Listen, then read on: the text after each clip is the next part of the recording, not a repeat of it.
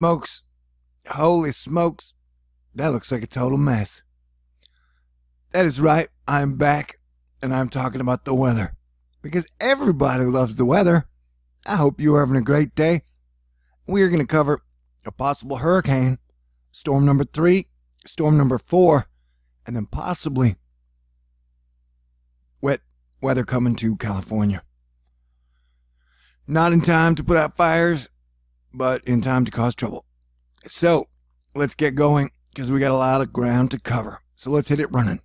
All right, so here is our hurricanic area we're watching. And it's tropical depression-y. Nobody thinks it'll be shit, and nobody thinks it'll do any damage to America. Though if I were in these islands, I would watch out. And as your planetary defense commander, I'm keeping my eye on these things. Now the low is here. The moisture seems to have displaced itself from the low. We'll see how that goes. But as you can see, there's like a whole giant bacon strip of moisture behind the system in question. Then we have our Mexican, Texican, Louisiana, Alabama, Mississippi, Georgia, Florida, Carolinas, all up the East Coast, atmospheric river, kicking off right now, which is about to be the big Tuesday, Wednesday storm, and then you got a storm following right behind that soon after. And so right now, the models have it going straight up and then curving with the Azores high, a 40% chance of development in the next 48 hours, and 60% chance of development in the next 5 days. So we will be keeping our eye on it.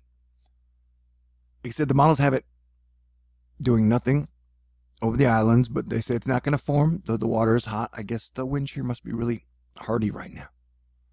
So it either curves out or goes down and then just hits Mexico. Though who knows what it's going to do.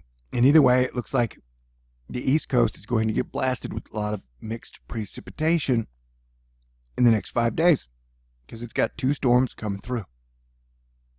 A lot of these areas are already extremely heavily saturated, and they're going to deal with mixed precipitation problems like ice, sleet, snow, rain, and then freeze, stuff like that. Where exactly, we don't know. We will be paying attention. Now we're over at the Cranky Weather Guy blog. As he says, put your stream flows and disturbances together. Okay, I will. That's what I love to do. It's like my favorite thing to do is put stream flows and disturbances together. And we will get perfect timing to develop storms 3 and 4, both in significant fashion, bringing heavy rain and heavy snows to the region as a whole back to back. Okay, so the East Coast, which has been getting picked on by Mother Nature regardless of season, will get a ton of mixed moisture and mixed precipitation and mixed wind and even mixed power outages. Sorry, I'm in a good mood. I don't even know why. The world seems to be kind of falling apart. Storm number 3. You got a lot of deep moisture coming out of the Gulf, strong coastal frontal system, drier air. Where the hot meets the cold, it's going to cause a big Game of Thrones type battle of fire and ice. Then he's going to break down Storm 4 for you. I will leave a link to his blog. It is the Storm Hamster, and he is the best out there, in my opinion, though we all have opinions. Okay, so we will keep moving. Like I said, here's Storm Hamster, here's his blog. I'll leave you a link. And so we are just tracking this in the ocean. We're watching this giant storm, which is now moving over the United States. It looks a bit like a doozy. But as you can see, there's activity happening everywhere. Earth is always active. And we'll get to the models in a second. At the moment, models seem kind of boring. Oh no, you've expired. Sweet. We are looking at the actual storm actually taking place right now. As you can see, that's a pretty massive monster. And this is the first of 2 storms. All right, I guess we'll go ahead and look at the model. This is the new GFS coming to you straight off the press. I'm gonna let it run. Smoke them if you got them. This is the time, the weather video. I light my cigarette. Be sure and join me if you want to.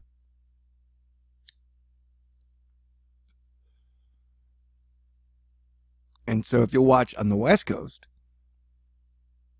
man, every model run has been different as far as how it treats precipitation coming into California. Now, I gotta say, weather is one of those things where everybody likes to be the expert, and we all have our own theories. And now, granted, I've spent about 6 years of my life telling you my theories, and my theory is always the sun acts weird, and then the weather acts weird, and then people act weird. And somewhere in between, when the sun acts weird, you get volcano activity and earthquake activity. So I've been saying we're going to see an increase in volcanoes and earthquakes, and it seems like we have for sure. Those science will disagree, and people who like to blame everything on invisible boogeymen will also disagree. But this is my whole point, and since I'm one of like 2 people here who believes in the volcano theory, I'm going to stick with that. If you don't like hearing the word volcanoes, THORNEWS is probably not the place for you. But as you can see, this is the storm now, which is going to bring a lot of heavy rain and precipitation up the East Coast. Now, here it has it splitting, as we've seen our system split almost twice in a row now, taking the heavier moisture out to sea, hopefully. But you never know what's going to happen. It's 2018. And if you notice, this area right here is going to stay wet for about 4 or 5 days. And then our next system moves through, and this is the hurricane system we're watching. Right now it has it at 1,000 pressure, PSI. I don't know. Millibars, sorry. And then, once again, it takes the majority of the moisture out to sea. If this moves inland, it will cause much more of a problem. As you can see, the mixed precipitation line has been throwing like 3 dots at us all week. I don't even know what that means. Aliens. Okay. And then it's just going to freeze. Everyone who has an ass is going to have their ass frozen off. So that's good. You'll be walking around like, why is everybody's ass on the ground? And be like, oh, because it's really cold. So be sure and take a shower in the near future. For everybody's pleasure. Okay, that all went weird. I've been watching this weird moisture area just kind of erupt out of Texas. It starts like right here, and then it hangs out, and then it, boom, moves. And of course, we'll have our next big storm. But as you can see now, California's going to start getting rain, which follows my post-volcano theory. And you know that the entire volcano range, the Ring of Fire is what we call it. You know California's in the Ring of Fire, right? So that went off the 31st. This went off, I think, 2 weeks ago. This went off 3 weeks ago. Like, the whole ring is pretty dang active. I'm talking about earthquakes. See this earthquake right here? I mean, put an arrow to it. So, I don't remember. That's a weird spot. They don't usually happen right there. And that seems to be a weird spot. I might have remembered seeing one there, but that one is definitely different. And then remember yesterday we had one right out there, which was a weird spot. So we're starting to see some earthquakes and some brand new, stranger spots. And remember, if we do see volcanoes erupt, without a doubt, on the West Coast, and a giant earthquake on the East Coast, that almost means 100% that the planetary orbital angular momentum theory is totally correct, as all planets go on the same side. And when Jupiter swings this way, in about 3 years, it could be building up to a lot more severe activity on the planet. But we'll just have to pay attention, because that's what we do. Now, looking at water vapor, here's our giant atmospheric river that always starts with kind of a low, pushes the moisture all the way up the coast, and then it moves out to Europe. But as you can see, this is the area of moisture we're watching as it's creating this weird loop that I've been following. 2 areas are creating loops, giant loops. And then look at this giant storm happening in South America. There's a ton of heat going on in the Gulf still. And the Atlantic is still anomalously hot. Plus, the Pacific's still kind of anomalously hot. There's a little heat and dry air bubble.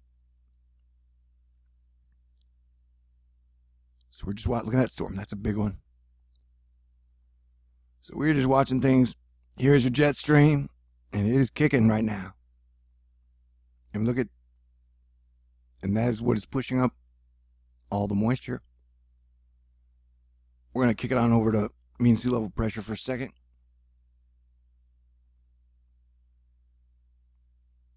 And yep, that's crazy. It's like Nibiru and Friend if they were, you know, mean sea level pressure signatures. And then there's that one dipping hawk thing that Homer Simpson always played with. All right, here's water vapor. There's water everywhere. And there's water vapor everywhere. Or so it would seem. Perception is everything. All right, now we're looking at precipitable water, because this part is important. So here's our system right here. Now the pink is a whole lot of rain, and so it has the capability to put together a whole lot of rain. The temperatures are still 80 degrees, but it is only now like 3 days away. And unless we get some really bizarre rapid intensification, hopefully we will not have to worry about it. I will continue to watch it for you, because I'm cool like that.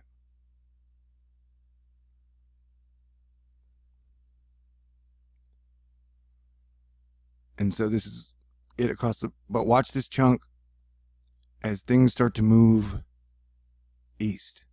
And so we're watching to see how much of this stuff will get pulled up into Alaska, as it has usually been, and how much ends in California. It's definitely something to watch. I just pointed this out because it's lightning in a straight line. That's always fascinating, right? And then we're going to do this run for our fellow buddy Europeans. I guess the new GFS is not yet done. But it looks like these storms expand across the pond. The bulk hits a wall before it hits Europe, and then a lot of it ends up in Spain. It almost looks like a hurricane's going to hit Spain. 958? Yeah, that would be nasty. Maybe it didn't say 958, but it sure looked like it. But as you can see, look at, those are giant, massive, monster rain bands. Yeah, it said 958, I think. And then it gets bigger, and then it just causes a whole lot of problem for, I think that's Spain and the top of Africa. I gotta work on my geography. And I'm sure Norway will get some rain on that as well. And I don't know, the other night when the fire broke out in San Bernardino, I tried to do a live broadcast, but was then besieged by direct energy weapon people. I looked into it, and there's like 1,000 people who are direct energy weapon people who are like, that's, you know, what they're trying to sell you. And since I'm just one or two volcano people, I'm gonna go ahead and stake my ground, man. Okay? So all you direct energy weapon flat earthers, that doesn't even make sense to me. Like, okay, so if you're saying we're in a flat earth like Petri dish, like an alien experiment, why would they then direct energy weapon us? You know what I'm saying? We're in a Petri dish. Maybe it's just one big experiment. Anyway, volcanoes. And I look at these, the people who do this, and holy smokes, Google sure loves them. Anytime they put out a direct energy weapon, they're like, hell no, tell everybody about that. Tell everybody you can. You know, whereas when I predict hurricanes and stuff accurately a month or two in advance, my shit gets stopped like it was magnetized to the floor. But apparently Google is totally okay with spreading the word on direct energy weapons. So all you flat earth direct energy weapons, I respect your right to believe it, but knowing that you didn't give a shit about trying to save people in California as the fire was sparking, I'm going to consider it a hostile relationship. You can call me names all you want, just like you were as I was trying to inform people and save lives. But yeah, dude, seriously, just to me, you're like people selling crap. You know what I'm saying? Oh, look, the sun, it's acting weird again. Giant halo seen on Long Beach. Woo! The aurora is super kicking. I don't know, do direct energy weapon people even understand that the sun is there? Do they understand magnetics? Do they understand the Earth's core? Do they understand volcanoes? I don't know, they just think bad guys zap everything? You know, were there fires and volcanoes and hurricanes before 1988, bro? I don't know, how much research do you do? You know what I'm saying? Okay. So yeah, we have this giant coronal hole. So we just got finished getting hit by Earth's wind stream, and we have a new sunspot, Earth facing, after the Earth had been sun spotless. Yeah, for like a year. So the sun, she is waking up. And amateur astronomers found a comet that could be naked eye brightness by the end of November. So be nice to people and find yourself a date. Because it would be cool to lay in a field, cuddle, and watch a big old comet cross the sky. That's right, amateur astronomers find a bright new comet. There's a new comet in the morning sky. Discovered just last week by 3 amateur astronomers. 1 in Arizona, 2 in Japan. Comet Mach-Holtz Fujikawa Iwamoto C2018 V1 Victory has quadrupled in brightness over the past few days. It is now glowing like a fuzzy.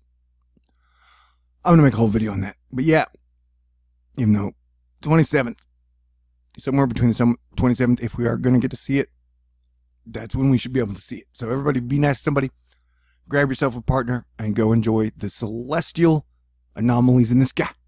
Y'all stay cool. I love you. Peace out. God bless everyone.